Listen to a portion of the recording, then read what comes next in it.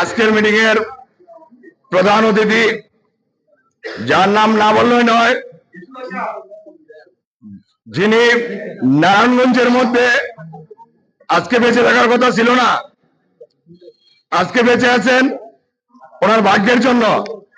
এই গুলি খাওয়ার কথা ছিল আমাদের জেলার, যে জেলার দায়িত্ব আছেন তাদের। ওই দিন ওই মিটিং এর সময় জেলার নেতৃত্ব দিচ্ছেন, অথচ মিটিং এর মধ্যে ওই আন্দোলনের সময় আমাদের ওই নেতা ছিল না। এখন ওই নেতার কিছু লোকজন ঠিকই লুটপাট করতেছে আমাদের বিএনপির, যারা আমরা আদর্শ বিএনপি করি, যারা আমরা মামলা খাইছি, এই পর্যন্ত বিএনপি করতে করতে অনেকগুলি মামলা খাইছি, গড় কমাইতে পারি নাই, তারপর আমরা লুটপাটে যাই নাই। যারা লুটপাট করতেছেন তারা সাবধান হয়ে যান গা, যারা মাদকের সাথে জড়িত তারা একটু সাবধান হয়ে যান গা।